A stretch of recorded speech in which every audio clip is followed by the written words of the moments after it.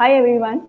Thank you so much for joining in for the Hello TensorFlow live e-meet that we have today on YouTube. With us, we have Sayak Paul, who is a Google developer expert in machine learning, who has joined us for the session. He'll be guiding us through the basics of TensorFlow.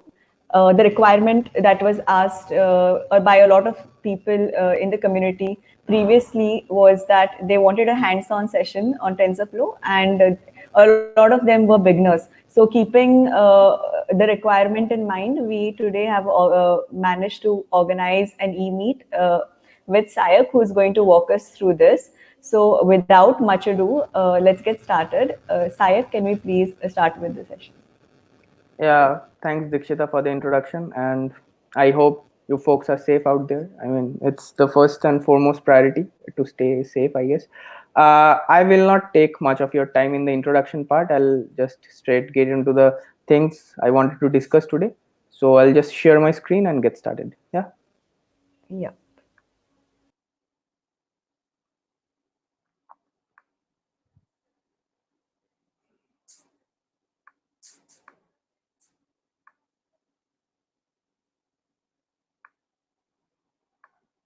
Is my screen visible? Could uh, could anyone volunteer? Is my screen visible? Just yes, no, in via the YouTube comments would be helpful.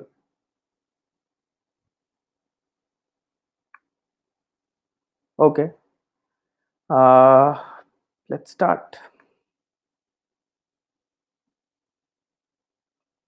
Folks, you can comment via the YouTube live chat if you have any questions, or you can just jot down all the questions you will have throughout the session, and I'll make sure I'm pausing to attend to your questions and answering them as we go. Okay. Okay, fantastic. Let's start.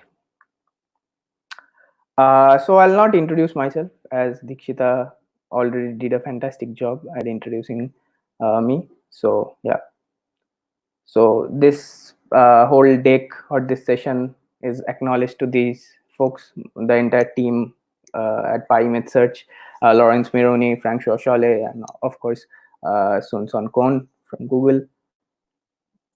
So let me set the expectations at the very beginning. If terms like TensorFlow and deep learning scare you, don't worry, you are not alone. Because deep learning, as you might know, is a very fast evolving field. So even getting started with the basics can be pretty challenging. So do know that you are not alone in this journey. So this is supposed to be a hands-on session, but deep learning is not like the traditional software engineering thing. You do need to know some things before you can actually dive into um, the code.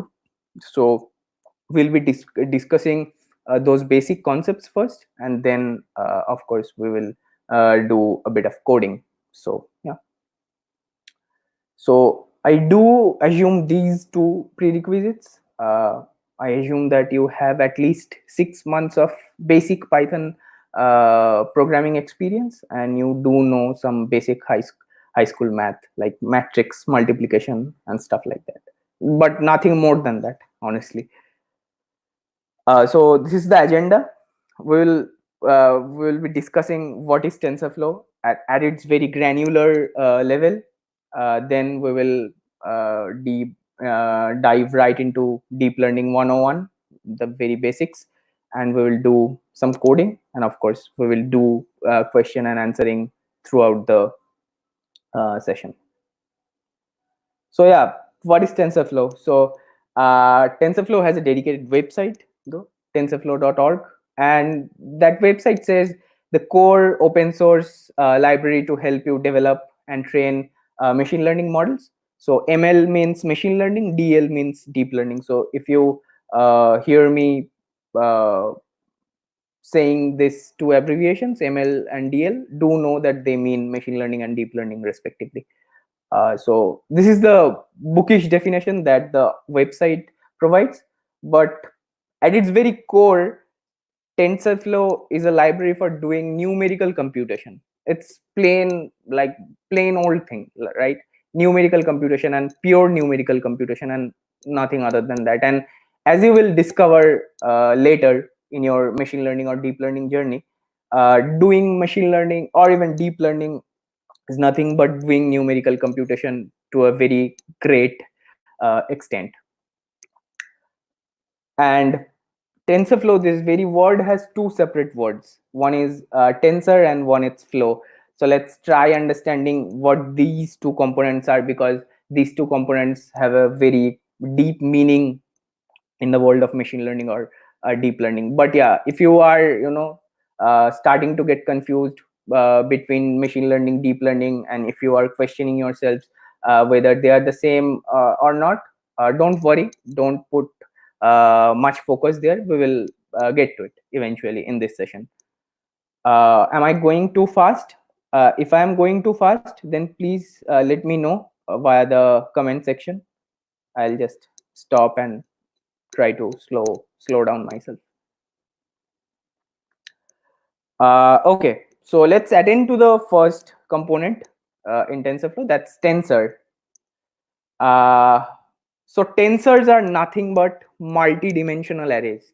There are other arguments as well as to define what tensors are, but at this stage you can treat tensors as multi-dimensional arrays and nothing other than that. And a multi-dimensional array, a classic example of a multi-dimensional array, uh, you can see the figure for that. It has a bunch of rows and columns. Specifically, it has 3 rows. In the example, it has 3 rows and 5 columns, so more than one in each of the rows and columns. That's why it's multi-dimensional. And yeah, but there are other simpler definitions which say that tensors are containers of multidimensional arrays as well. So what do we mean by containers of multidimensional array? So if you consider this particular variable called x underscore strain, and it is a multidimensional array, right? It has got a shape of 60,000 by 28 by 28. Don't worry, you do not have to visualize this array in your head, nothing like that, but know that it's a multidimensional array. And if I index into one of the elements in of this multidimensional array, I get another multidimensional array. So that's why tensors are also known as containers of multidimensional arrays. As simple as that. So if you have any questions at this point, feel free to ask.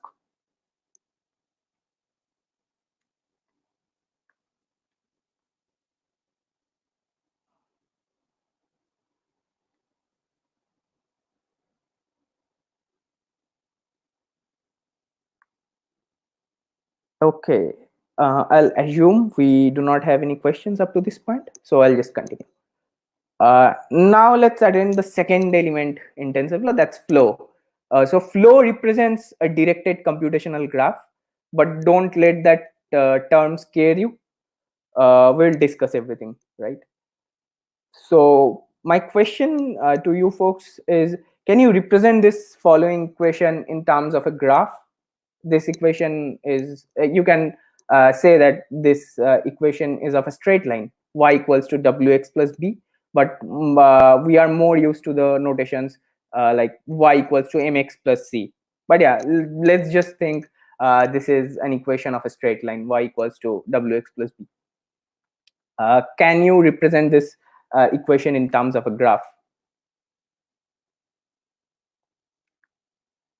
And if you were to represent this equation in terms of a graph, it would look something like this, where the circular ones are called nodes, and these arrows, directed arrows, these arrows have a direction, particular direction. They are not undirected.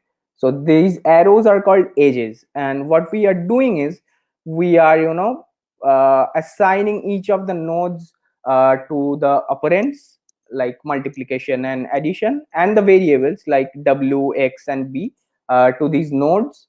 And then we are going for the BODMAS rule.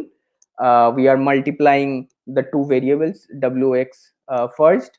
We are then taking their resultant, and then we are adding with this little guy called b, and then we are getting the final result. So this is how the graph would look like for this particular equation, w equals to y equals to wx plus b. Sorry for that confusion. So yeah, so this is how the computational graph of this equation would look like. And as the arrows of the graph are directed, that's why it's called a directed computational graph. And flow, as I mentioned, represents a directed computational graph. So there you have it. Right now, if you think wx as tensors, right, if you think wx as multidimensional arrays, then, and if you combine all these things together, if you tie all these things together, then it becomes TensorFlow, right? So that's the crux of it. Long story cut short, TensorFlow represents all the variables and the operations in terms of a computational graph. I could have been more specific in terms of a directed computational graph, but there are some nuances to this statement, but those are not important at this point in time. So there you have it. This is where TensorFlow derived its name. Yeah, you can think b as an intercept, Shreyan. Yeah, but in machine learning or deep learning literature, we like to call it as biases. So don't worry too much about the terminologies at this point in time. Yeah, b is an intercept.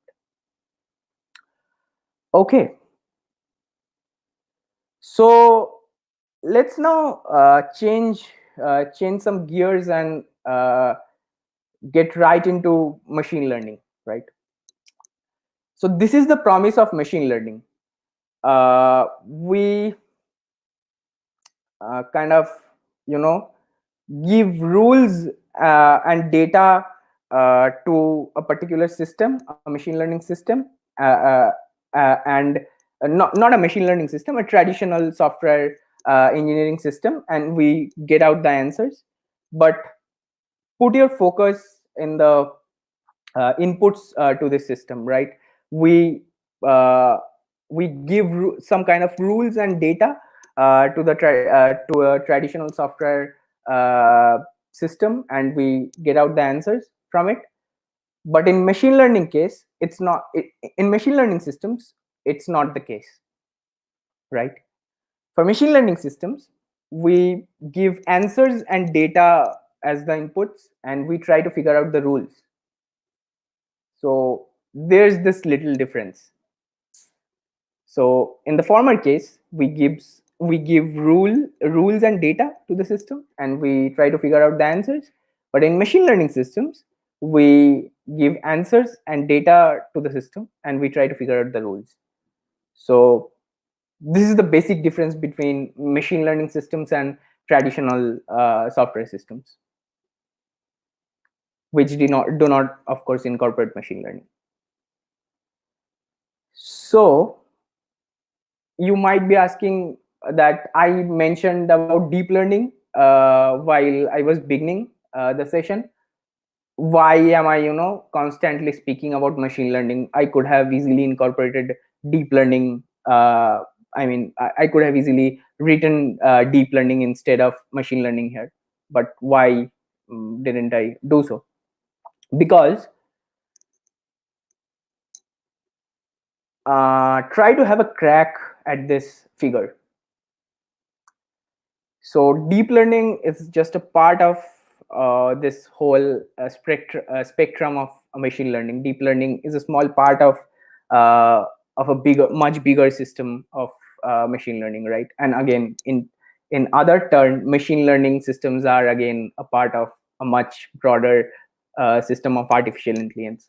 So that's why if you mention machine learning here, deep learning is already incorporated there.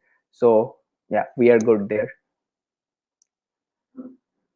So yeah, that's the conclusion we can draw from this figure, that deep learning systems are a subset of machine learning systems.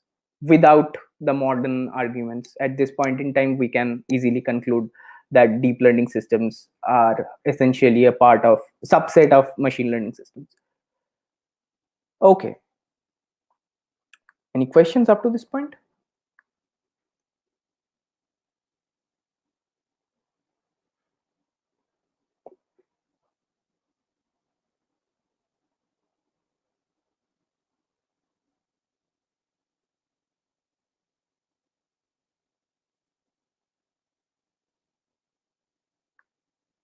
Okay. Okay, again, going back to this figure, we give some data and answers to a particular machine learning system, and we try to figure out the rules that are there. But the question now is why this might be useful. This is that one question that we need to answer before we dive right in. Any answers from the audience?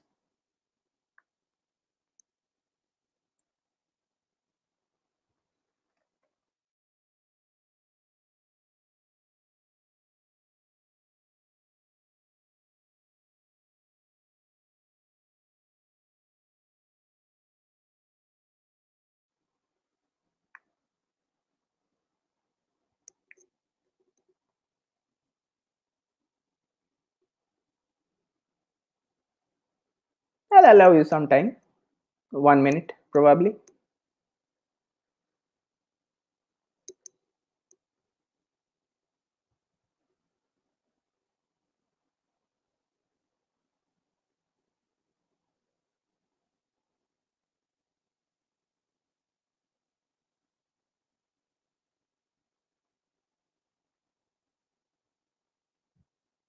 Okay, let me answer it. Consider you are trying to recognize a certain kind of activity. So how would you tell a computer system that when someone is walking? I mean, the general question here is how you would write code to make the computer understand whether what kind of activity is someone performing. How do you recognize that activity? I mean, how would you make the computer understand, recognize a particular activity? Let's say you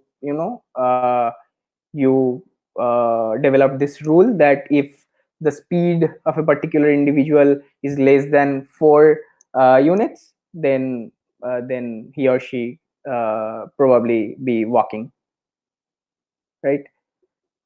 So what in case of running? Okay, you will tackle it in this way, a simple if else block. But uh, keep in mind that we are trying to recognize activities here, not just walking or running. The activity might be eating pizza or playing guitar, so on and so forth.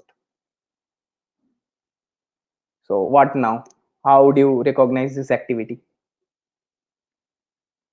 In traditional software systems, we try to go for if else based, more generally rule based approaches, but problems like this need something beyond rule based approaches, and that's where machine learning systems, or even of course deep learning systems, come into the picture. And if you were to think of the products or tools that we use in our day-to-day digital life, these are the products that are heavily based on deep learning. Google Photos, of course, it gives you pretty damn intelligent suggestions. While you are typing something in your keyboard, you get the next word suggestion. When you upload, let's say, a group picture on Facebook, you get automatic tag suggestions as well. And there are, this list could be endless. So yeah, I'll let you fill up this list. So yeah. So now that we kind of appreciate the promise that machine learning systems bring with them, we can proceed to the other more important stuff. So two fundamental elements that we saw in this figure, answers and data. Let's start with those two. So data and labels, and from now on, we will treat answers as labels, and they have other names as well, like classes and stuff, but we will refer to the answers as labels. So data and labels, these are the two fundamental elements in machine learning, and also of course deep learning systems. So yeah, an example of data, probably you have seen this before. This is, let's say, this is some rows from an Excel spreadsheet containing some rows and some columns. So you have seen this kind of stuff before, I'm sure, right? You have seen an Excel spreadsheet before.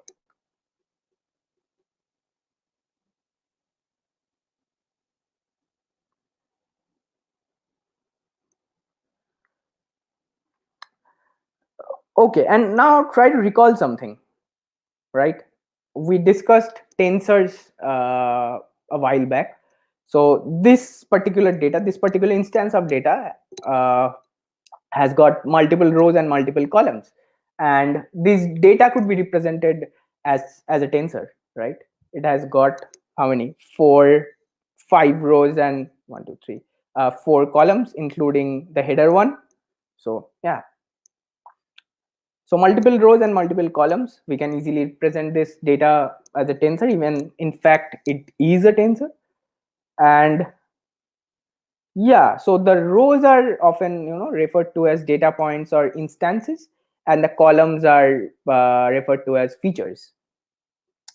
And as simple as that. So I do not know the reasons behind calling them in this particular way, but know that they are referred to as data points or instances and features. So yeah, so from age to higher secondary marks, up to this point, these are all data points and instances, and this admission column, we would be referring it as labels or answers. So the way you would read it is, if you have this particular instance or data point from this data set, the admission, the probability of this particular instance or this particular individual, the probability of getting admission is null. So that's how you would interpret this data set. So given this set of features, or given this particular data point or instance, you would see what probability is there to get the admission. So these are your labels or answers or classes.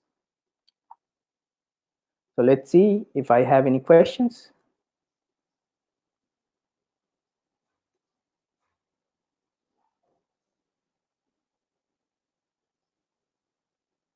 Sahil asks, is it mandatory to have answers for data to be used in machine learning to generate rules?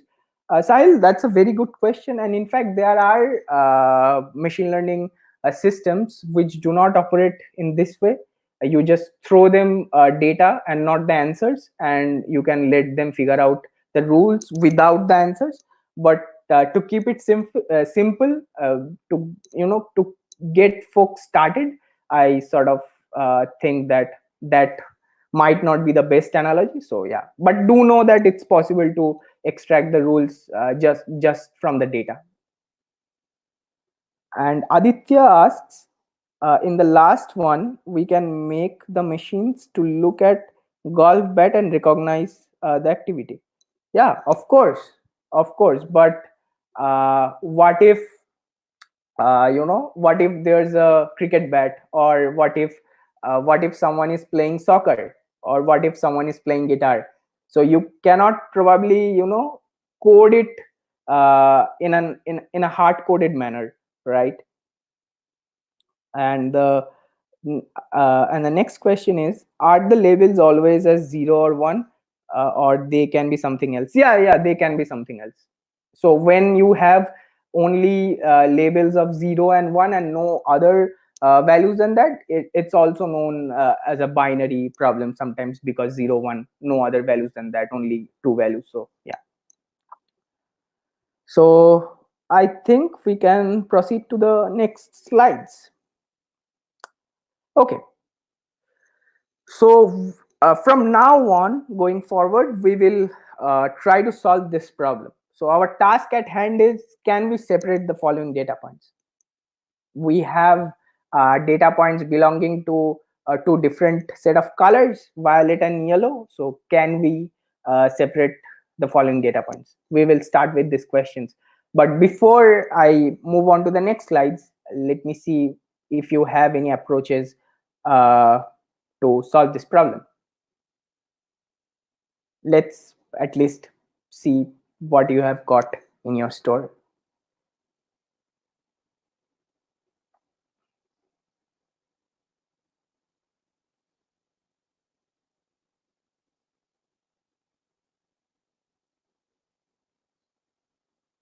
So when you take a look at this particular these data points, what instantly hits your mind?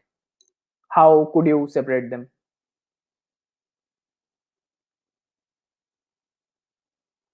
Any answers from the participants?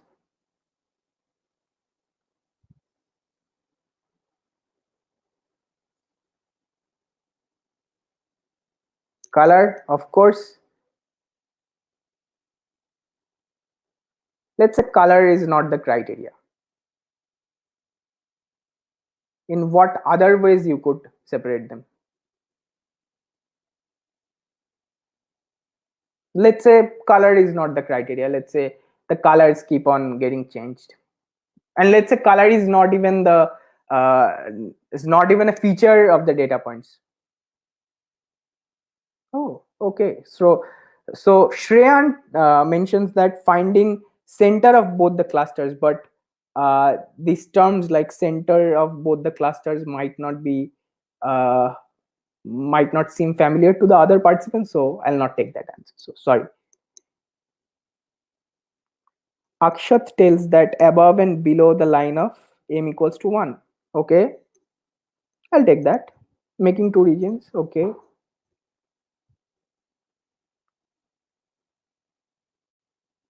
RGB values. Aditya, let's say color is not the feature of the data points. Let's say let's think about it, right? Let's say color is not the feature of the data points. How would you classify it? A straight line, maybe. Abhijit says that. Yeah, straight line could be good. Straight line could be good.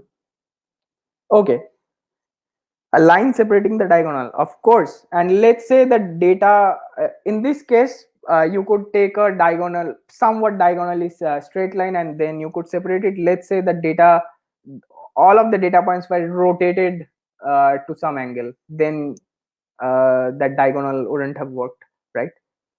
So what's the general thing that you could say about it, about the about this given set of data points?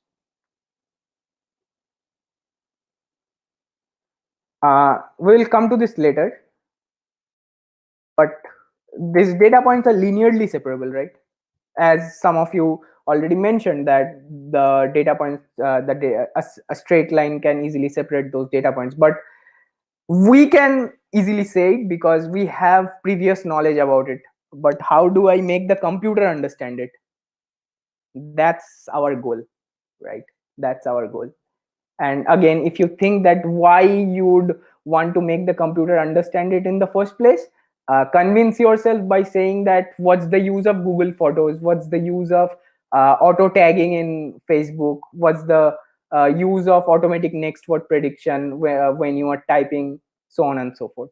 So though all those technologies are kind of backed by the power of machine learning. So yeah, you have got a lot of examples to convince yourself as to why making a computer understand about these things will be very helpful.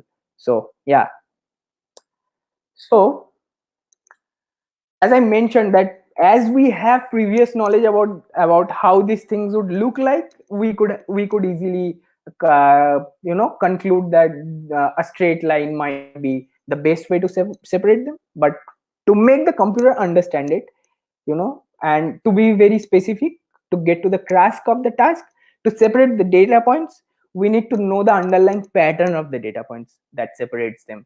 Because here's an analogy: you cannot really distinguish between a cat and a dog if you do not know about them. If you do not know how a cat looks like or how a dog looks like, you cannot possibly tell what's the difference between them, right?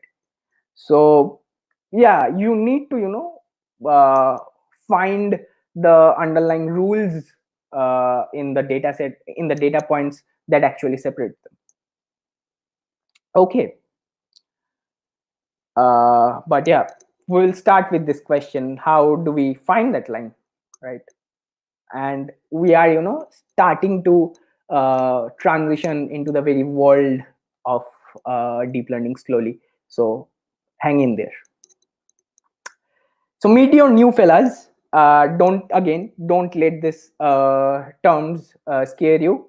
These are called parameters, right? And these two fellas are weights and biases. And also someone from the participants, Shreyan, mentioned, can we term B as intercepts? Of course you can. Of course you can term B as intercepts. But from now on, we would refer to parameters as weights and biases. So we apply a series of transformations on our input data, the figure that you just saw, with weights and biases. So as simple as the sentence reads, we will apply a series of transformations. We'll take a look. We'll take a look at how those transformations look like.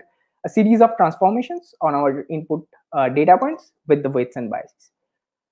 And you would ask me, why are these transformations needed? The simple answer is, these transformations are needed to uncrumple our input data, because currently all these data points are lying in a very close proximity to each other.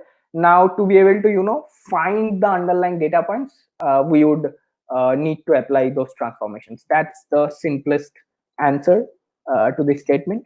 Why do we need the transformations? But we do have deeper geometrically understandable answers for that.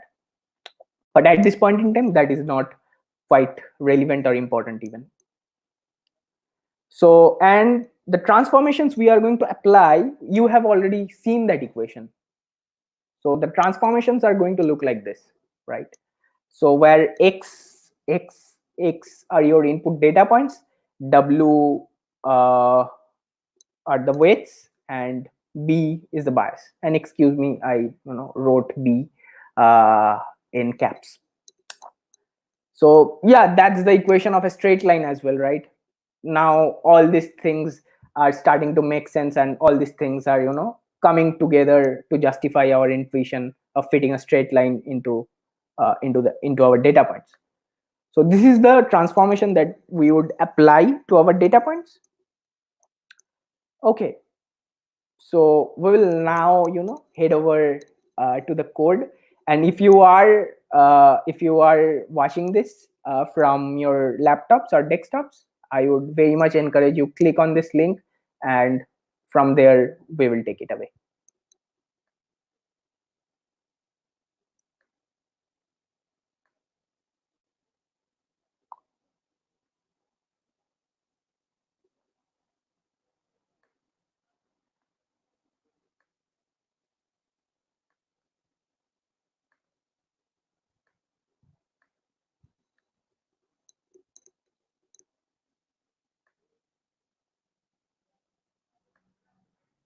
Again, I would very much encourage, if you guys could open the link.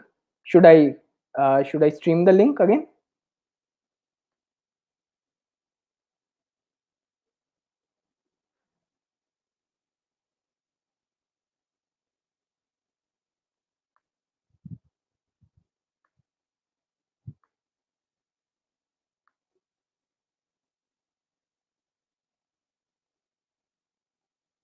Yeah, so let me know when you folks are ready for the walkthrough.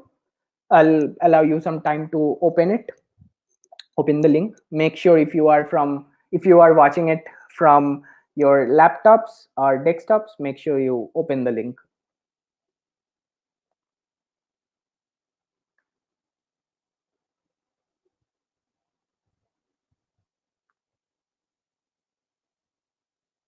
If I have yes from at least 2 or 3 folks, I'll get started. I have already one though.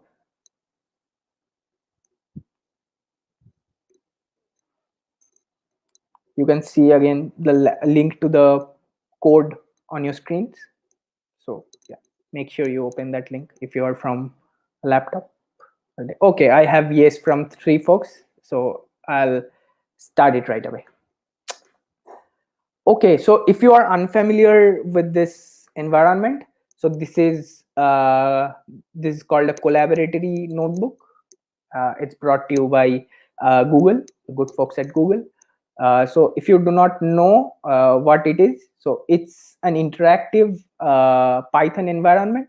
So you can execute Python code here. If you type 2 plus 3, it will give you 5. So if you type again, it will produce you the output. So yeah, as simple as that. So is my screen visible? I mean, is it easy to follow along, or should I increase the size a bit?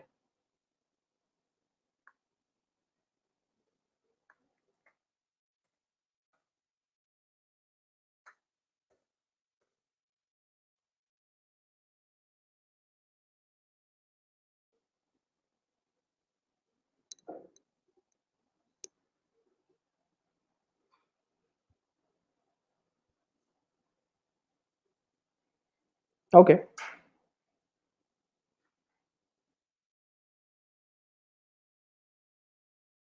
How about now?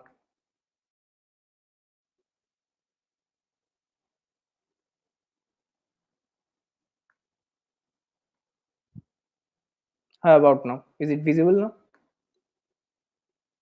I hope it's visible now. Sahil says fine. What about other folks?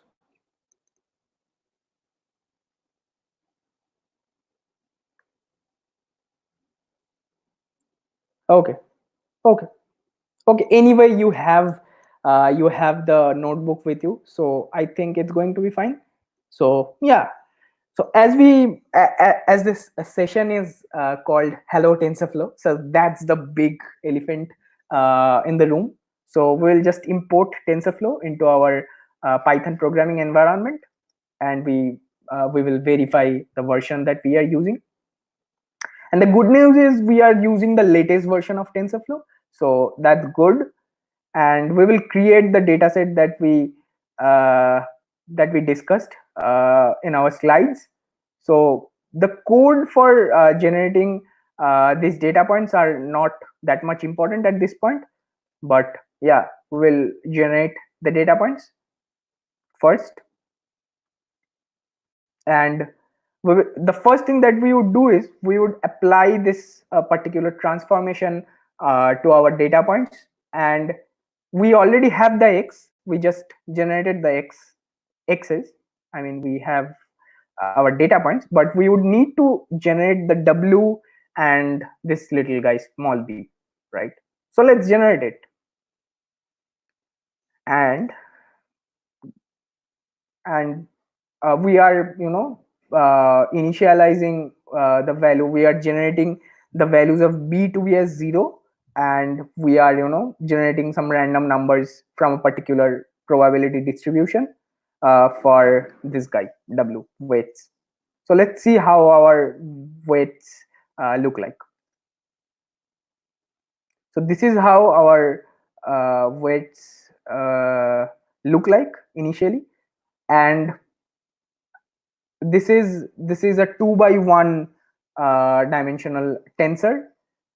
So the next, so 2 rows for 2 and 1 for the column. That's why the shape of this particular tensor is 2 comma 1. Then you would ask yourself this question: why did we generate the weights to be of shape 2 comma 1? Why this particular shape? Why not 10 comma 2 or 50 comma 1000, so on and so forth? So yeah, so any if you have any, have any confusion in there, just we will just follow the paragraph that follows that particular question. So the simple answer is to make matrix multiplication work, because remember that the shape of our input data is 2000 by 2, which means we have got 2000 data points, and we have got two features, two columns, as that would be easier to visualize. So to multiply another matrix with this matrix of 2000 by 2 shape, it needs to be shape compatible. So if you can remember how you would multiply two matrices, then you will also remember that uh, those, to be able to multiply those two matrices, they need to be shape compatible. So that's why we would need a matrix that's shape compatible. So you would then argue, then why not 2 by 2 matrix, right? Why not 2 by 3 matrix? Because we have this middle dimension already figured out. So why not 2 by 10, or why not 2 by 5, right? So the short answer to that is we generated b to be as a single number, right? Just one, nothing else, just one. So to be able to match up to that dimension, we generated 2 comma 1. That's the short answer of it. But again, there's another answer which we would discuss in the later half of this session. So if you would multiply two matrix, where one matrix is of shape 2000 by 2 and another is of 2 by 1, then the resultant of the matrix multiplication would be of a shape 2000 by 1. So that's what the matrix multiplication rules say. So we would do just that, right? We would just flat out multiply our input data points with the weights, and that's it. And we will call our input data points to be of features, because we are trying to figure out the answers of our input data points, right? So yeah, and let's again see this, let's again verify this for a moment. So these are our features. I mean, the things that you are seeing in this figure, features, you are seeing the features, right? You are not seeing the labels up until this point, but we are using the labels to color all these little data points, right? That's why you can see a particular kind of separation in between the data points. So we are trying to find out the rules that that make these data points belong to those particular labels. So we are trying to figure out those rules, so that we can do that mapping by ourselves and eventually separate these data points. So yeah.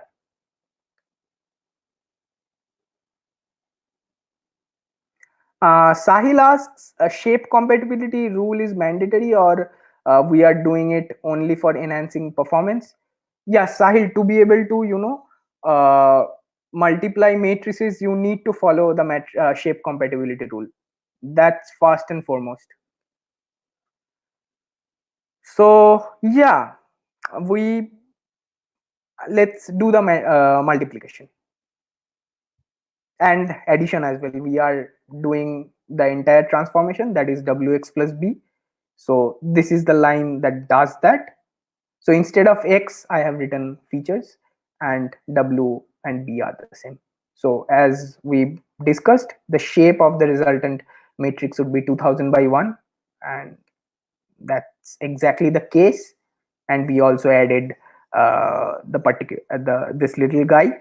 So if you are wondering how you could add just one number to a matrix of shape 2000 by 1, well, you can absolutely do it. And the concept is called broadcasting. So yeah. Okay, so this transformation that we just applied, wx plus b, this is also known as affine transformations. So this is just to make it more complete, so that when you hear terms like affine transformations, you do not get scared.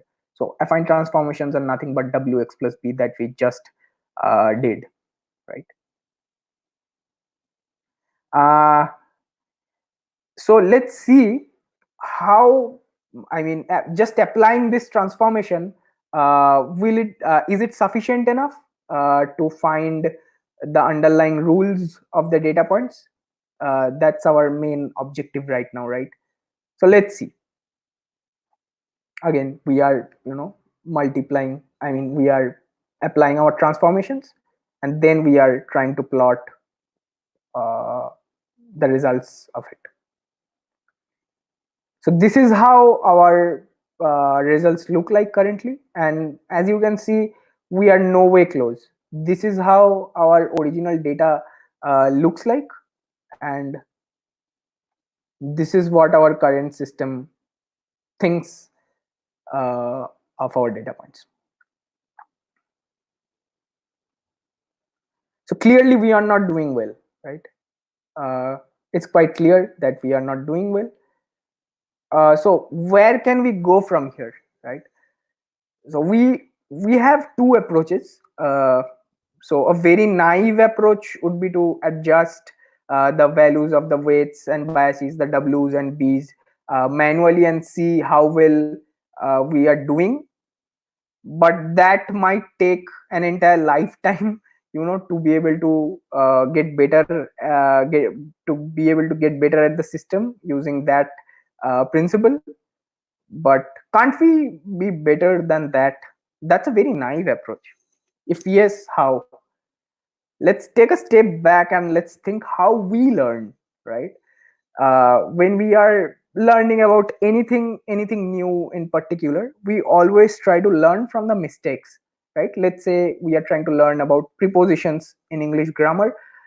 To better aid to better aid uh, better aid your learning, you try to make use of the errors that you make in the beginning and try to focus on the areas that need improvements. So you try to figure out the areas that need improvements from the errors that you get while while you're learning, while you are practicing the prepositions, right? So if we were to do something similar here, we first need to be able to make use of the errors we are making, right? So how do we find those errors?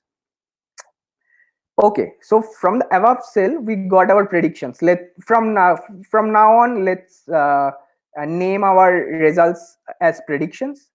Okay, and the answers or the labels or the classes are in the labels array. If you forgot, we already generated the labels.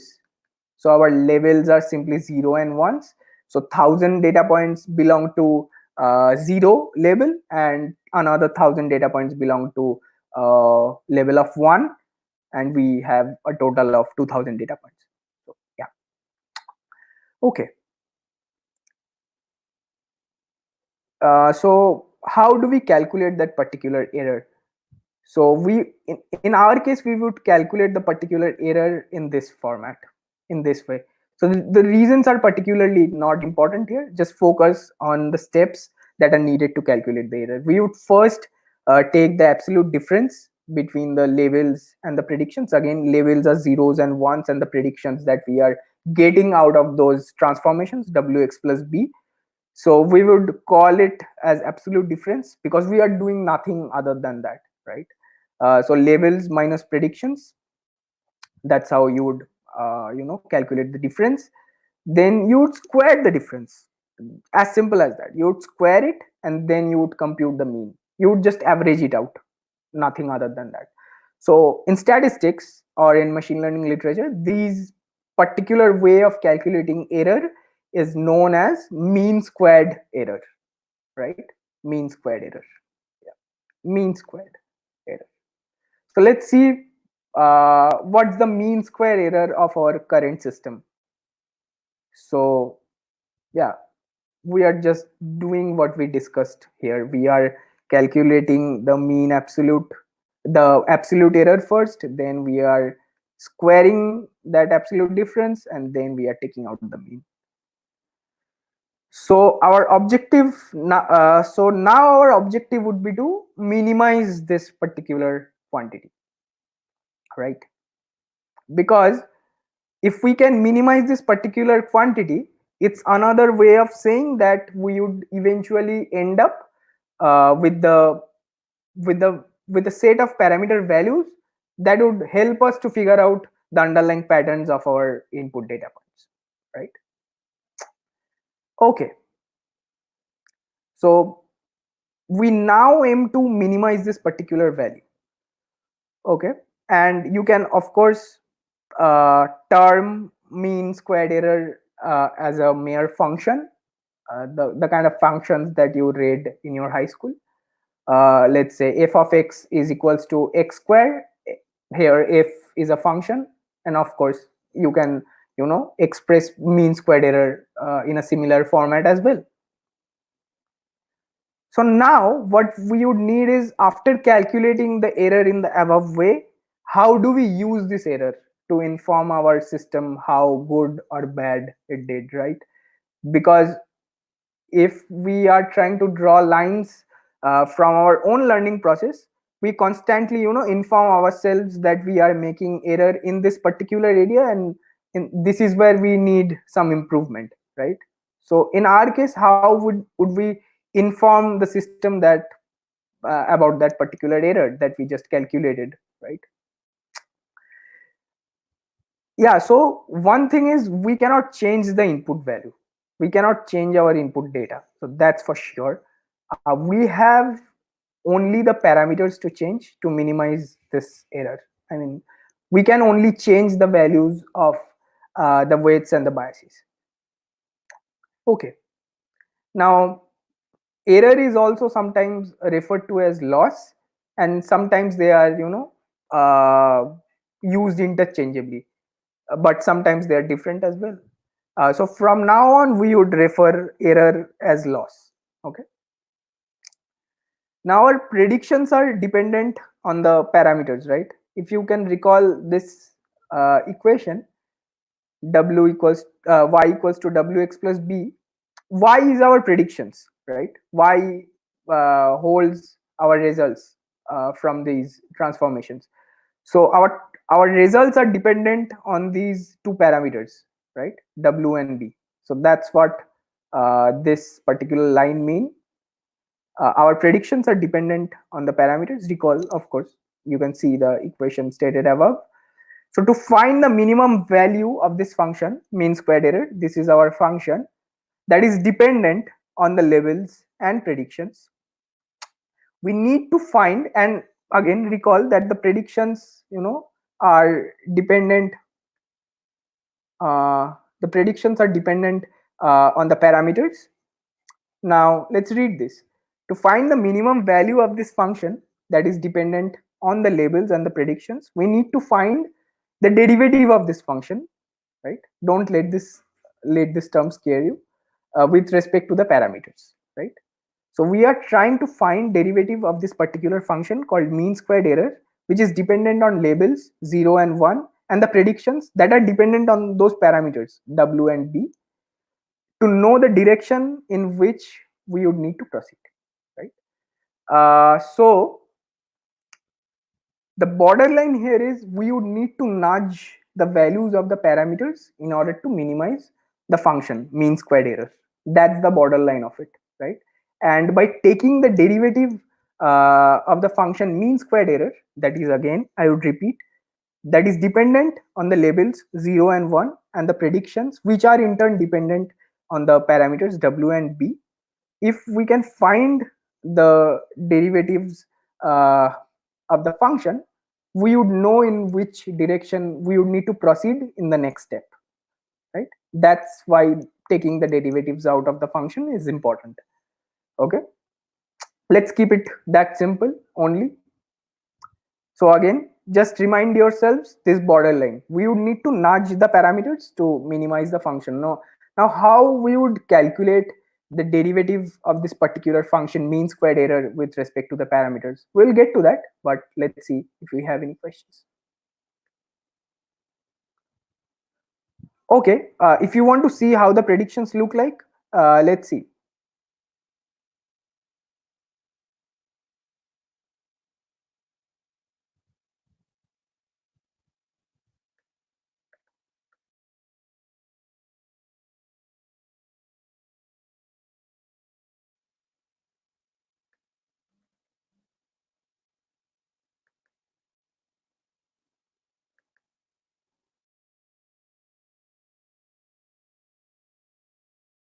So this is how our predictions look like.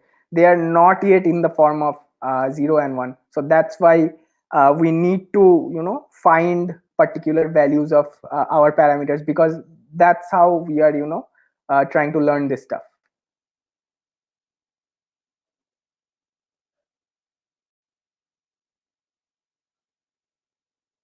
Aditya, I did not get your question. Above the word affine transformation in the example, where is the B assigned? Okay, let's see.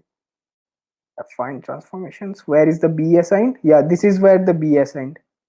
So this is where you are, multiplying two matrices, and then you are adding B to the picture. Yeah, I hope that's clear now. Okay, let's now proceed to the other. I mean, let's proceed to minimizing this function mean squared error. Okay, this is our affine transformation. That is, we are applying the transformation of multiplying our input data points with weights, and then we are adding a bias term. Then we are computing the loss or error, as I mentioned before, using mean squared error function. Then in order to minimize this loss function, here's what we would do. First we would calculate first we would apply our affine transformations and get the predictions. Again, you could call it plain results as well. Then we would compute the loss using the mean squared error function. Then you would calculate the derivative of this loss function or gradients of this loss function with respect to the parameters, right? Weights and biases, these are our parameters, and as they're together, we are listifying them. So we are calculating the derivatives or the gradients of this loss that we just got with respect to weights and biases, right? And then what we are doing is we are then updating the values of the weights and biases using this particular derivative of the loss function that we just got. So this particular fella, a tf dot gradient tape, this allows us to automatically capture the dependencies that are there. For example, loss, this particular thing, loss is dependent on weights and biases, w and b. Tape dot gradient helps us to automatically capture this dependency and then take out their gradients. And what we are doing is, you could you could have rewritten this particular step, this one, as this as well. W equals to W minus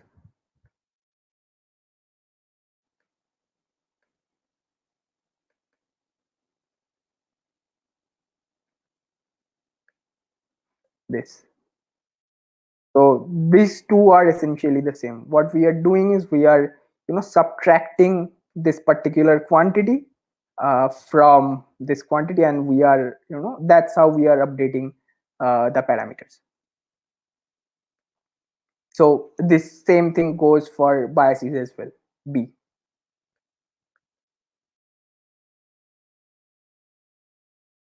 And if you are wondering what learning underscores rate is doing here, so just know that it helps to accelerate this whole function minimization process and nothing else, right? So again, don't worry too much. Don't worry if you did not understand this in one go, because yeah, you would need to constantly read this code and explain yourselves the stuff that's going under the hood. Of course, I am there to help you out, but that's the crux of it. And don't worry, we will take another look at it in the slides. So let's just continue from here. So let's now again apply this whole minimize loss thing to our data. So again, this is how our data looks like. This is how our initial system giving the predictions, right?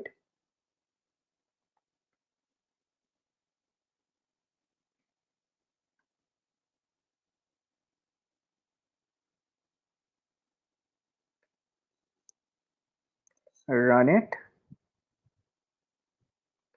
and we are shuffling the data points and their classes or labels, because we do not want our system to learn any ordering bias that might be there in the data points. So it's always a good idea to shuffle the data points before we apply our function minimization process. So that's done. Then instead of computing the loss, this little thing, compute loss, or you can say this thing, instead of doing this on a single data point, we would do it on a particular batch of data points, and that's how we would do it. We would simply batch the data points using this little function. So now we are good to go. Now that we have created batches of data points, now we can minimize this function. Let's see. Okay, we did not execute this. Okay,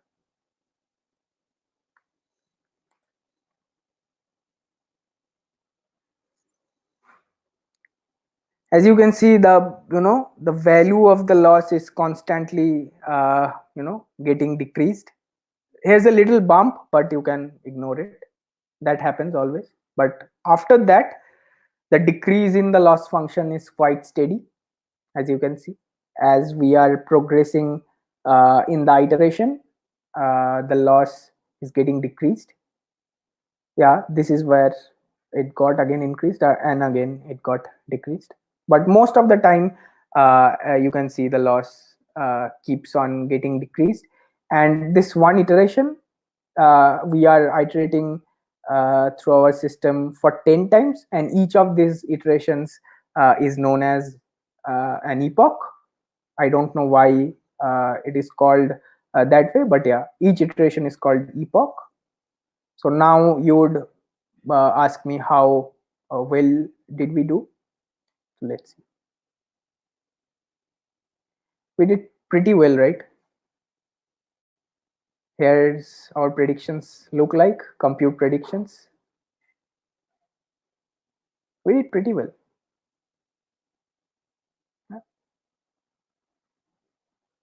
This is how it looks like currently.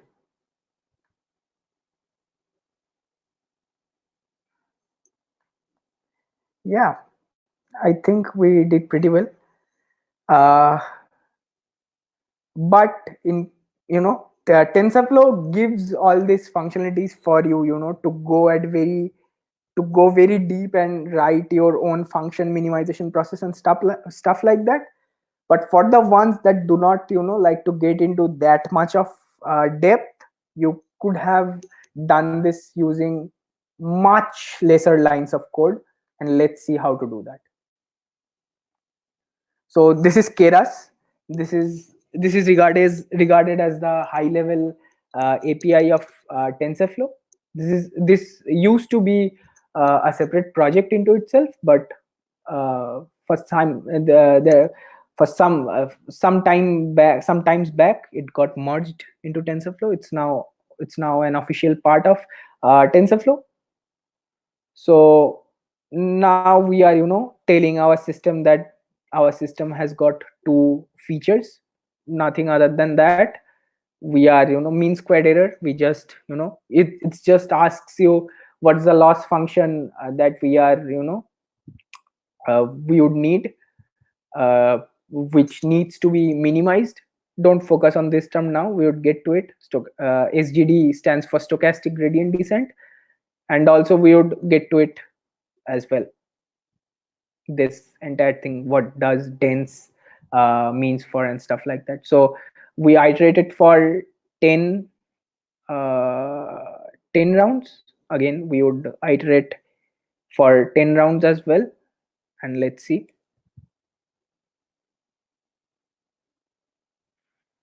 And the results are pretty similar, as you can see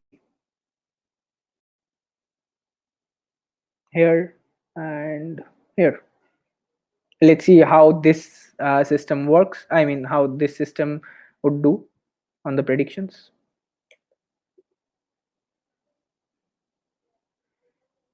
And looks like, yeah, we are close to this particular system as well, and that also means that we implemented our system in the right way. So we implemented our own function minimization procedure, and it's kind of correct, because you have a comparable system now, right? So that's it for the coding part. Let me know if you have questions. Okay. Okay, Aditya, I hope you are now able to run the code. Sahil asks, what are other ways of minimizing error other than mean square value? If there are ways, are there any criteria for choosing one? Yeah, great question, Sahil. If we are, there are other criteria as well. I mean, there are other ways of minimizing error as well, like cross entropy, binary cross entropy, categorical cross entropy, mean absolute error, root mean squared error, and stuff like that. And there are, of course, criteria for choosing those things, and I will discuss it in a moment. If you folks have any other questions, I can take it. Otherwise, I would again go back to the slides.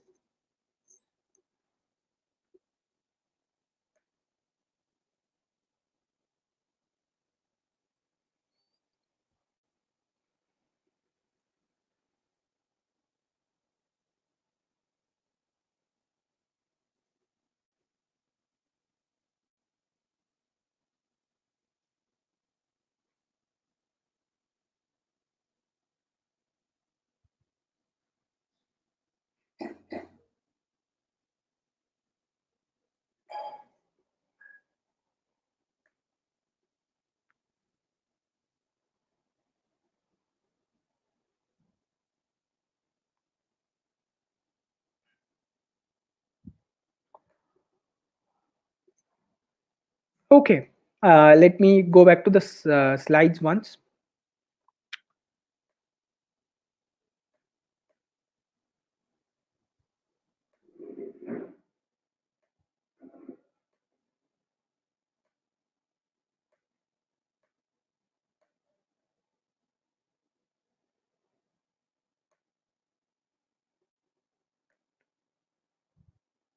Yeah, so we are back. So this is the summary of what we did. in the code lab or the notebook. We transformed our input data using that particular equation, w equals y equals to wx plus b. We calculate the loss or error. We then calculated the derivatives of our loss function with respect to the parameters, that is weights and biases, and we did, of course, uh, more things. We did, of course, other things as well. And this code is taken from Linus Torvalds. So yeah. So from the code, I will now discuss the main things, the main takeaways from the code. And the first one would be linear regression. The second one would be gradient based learning, and the third one would be back propagation. And again, please don't get scared. I will try to simplify these things as much as I can. So the way we minimized the loss function, mean squared error, comprises of these three things, right? So linear regression, let's go step by step. The entire system that we built to minimize our loss function, that's the linear regression. That's the system that we built to minimize our loss function. So first, we applied the transformations to our data, and this is the computation graph uh, of what all we did. This is our data point. This is a particular data point. We first multiplied our weights to a data point, and then we added the bias, and then we calculated the entire thing. Second, we calculated the loss between our results and our true class levels, that is 0 and 1. That, and then we calculated the derivatives of the loss function with respect to the parameters, that is weights and biases, and we updated the parameters. And this is how that computational graph looks like,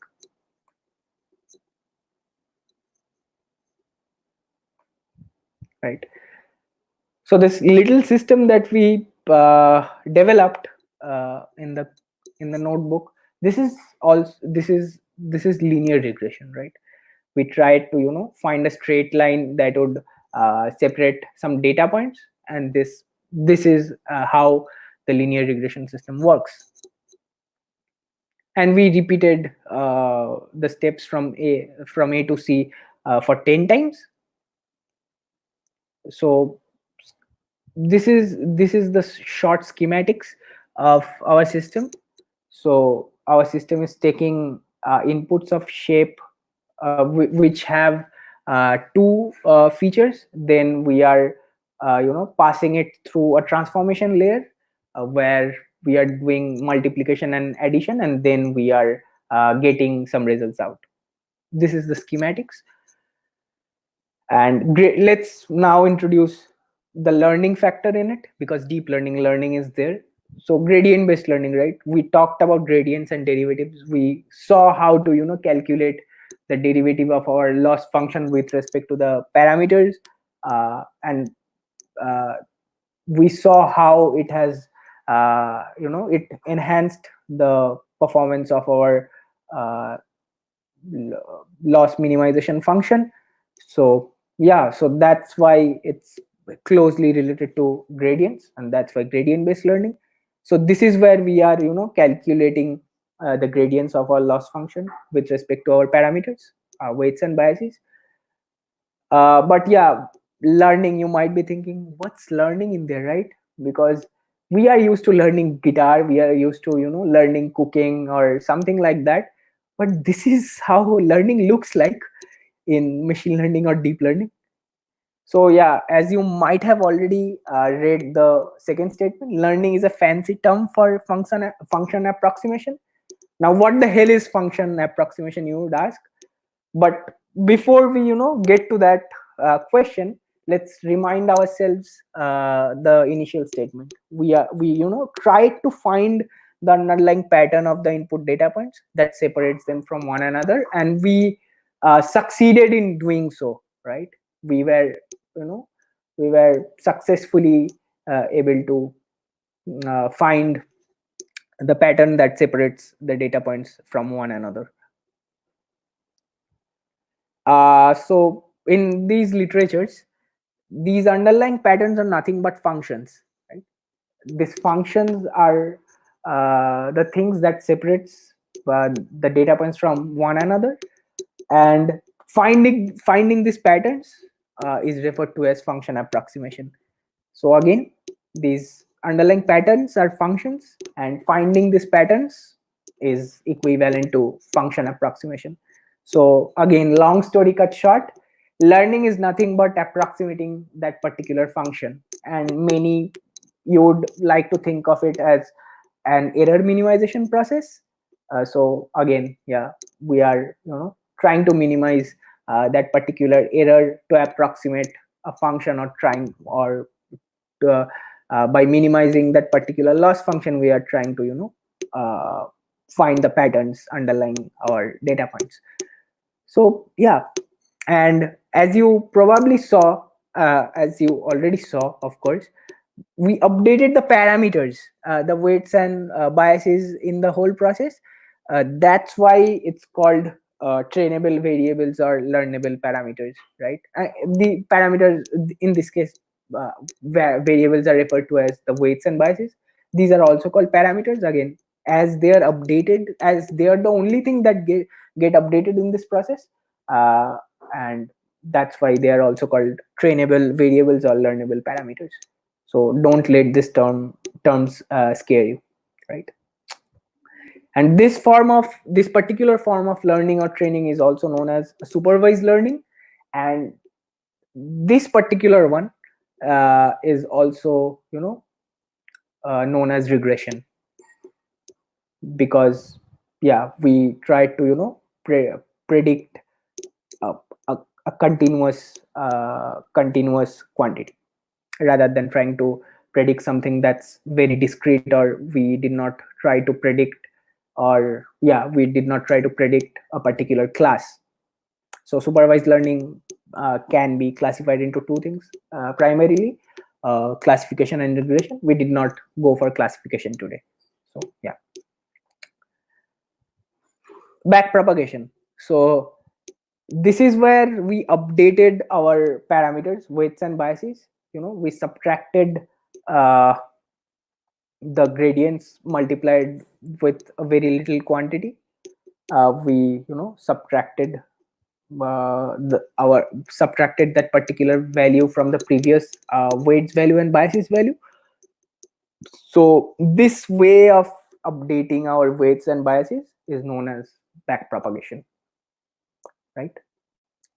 And this entire thing of calculating the gradients of your, or the derivatives of your loss function with respect to weights and biases, and then using those gradients to update your weights and biases, this entire process is known as gradient descent. And we did it in a batch wise manner, and those batches were completely random, right? Because we already shuffled it, right? That's why there was no order. That's why that form of gradient descent is also called stochastic gradient descent. So yeah, stochasticity is also a synonym of random. So yeah, that's why SGD was there in the last part of the code. SGD stands for stochastic gradient descent. So yeah, so now the last bit, we are almost there. I would not take more than 10 minutes. So the last bit of deep learning is called deep. It's still there. I mean, it's still left to be explained. So another diagram of our system could be this. This is where our input data points come in, and then we take it through a transformation layer where we multiply the input data. Sorry for being redundant here, but it's very important that you get this right. Where you multiply your input data points with weights, and then you add a little guy called bias, and then you get the results.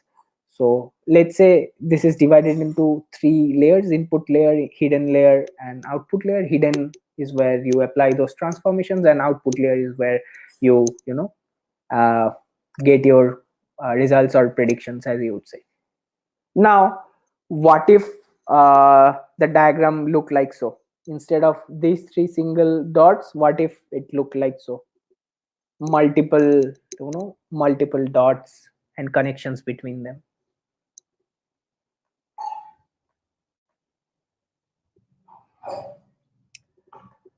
So you might have already, uh, might have already got a sense that we are increasing the depth of our system. We are, adding more and more these nodes, circular nodes, and we are, making it deeper, right? So yeah, as simple as that. We can add more depth to our system in a similar manner, and adding more depth is nothing but adding more transformations. And in the very beginning, recall that we apply transformations to uncrumple the underlying patterns that are there in our input data points. So as we add more and more layers of depth, the better we get at uncrumpling those input data points. So that's the purpose of adding depth at a very high level, I would say. So yeah, we can add depth to our system in a similar manner. And do you find any similarity in between the previous figure and the neurons inside our brain? This particular figure, do you find any similarity in between this figure and the way neurons are organized inside our brain? Vaguely. And the similarity doesn't need to be a very strict one. Vaguely.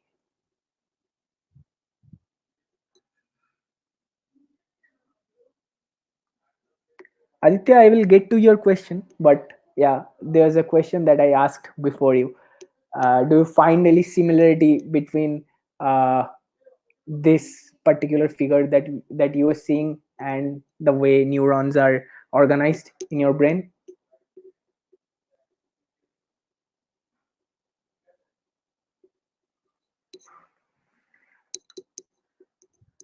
I think you'd find some very little similarity in between those two things. And yeah, so that's where the neural networks get their name from. Neural, the thing neural, that's for that similarity in between uh, those particular structures that we saw, and the way neurons are organized inside the brain. And networks, because networks are nothing but a collection of edges and nodes, and you can clearly see that this is nothing but a collection of nodes and edges. So that's why the term network.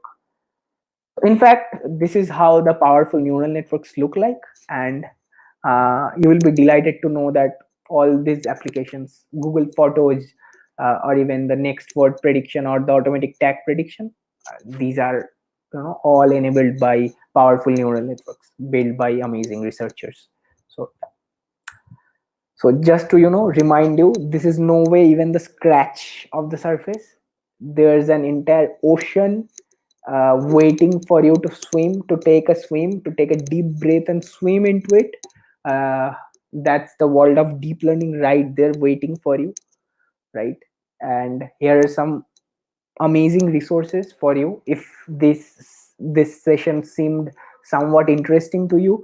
There are, of course, lot more than these resources that I couldn't fit in one single slide, and I'm sorry about that. But if this seemed somewhat interesting to you, you might want to take a crack at uh, these resources. These are my absolute favorite ones, right? And the slides are available here.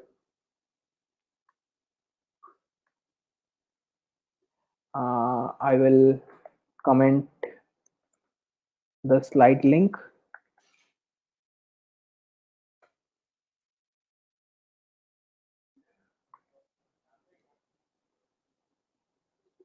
So this is where you can get the slides, and also the slide contains a link to the code that we saw today. And this is where my coordinates lie, rising Sayak. Feel free to, check it out. And yeah, I would love to get connected with you folks and learn from you, and of course answer any questions that you might have on the slide or the code that we just discussed. So feel free to let me know your feedback. I'm absolutely open to constructive criticism. Tell me where I could have improved and stuff like that. And now I can probably answer Aditya's question. uh, Aditya asks, transformation method in deep learning, are they same as in what we apply in machine learning, or are there any different methods? Yeah, of course, Aditya, there are different methods. Like there are different machine learning models, right? For example, if you are using random forest, that's also a machine learning model, and the transformations aren't exactly the same in case of a random forest. It works entirely in a different way, and so does another machine learning algorithm called k-nearest neighbors. So yeah, we have differences in transformations, of course.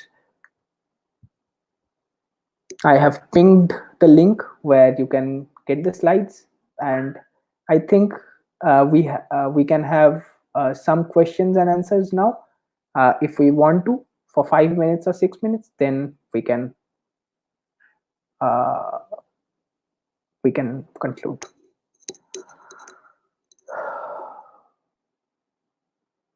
The stage is yours, folks. You can ask questions.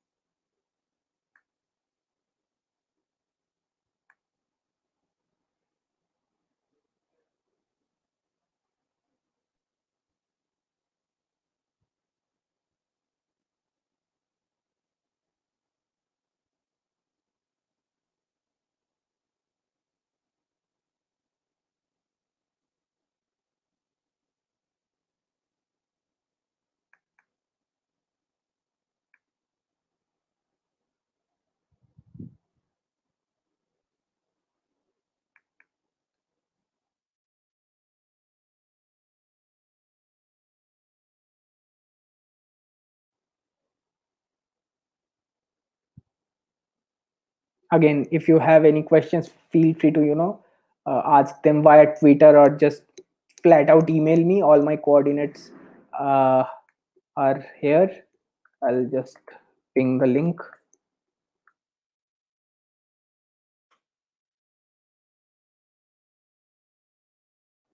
So this is my Twitter coordinate. You will get all the email IDs and stuff like that from there. You can flat out email me, and I'll try my best to answer your queries. Make sure you keep it relevant. So yeah, I try to answer to all the emails that I get. So yeah, I think I'm kind of done now. So Dikshita, if you have anything, you can take it away. Otherwise, yeah, we are good to go.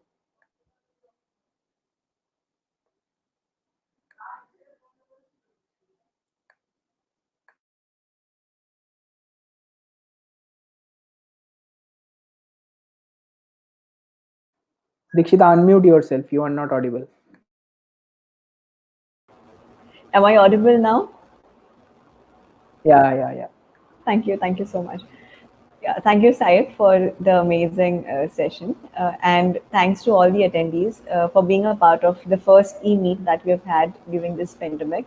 I wish to leave a link to a feedback form. This would help us to plan the next meetup.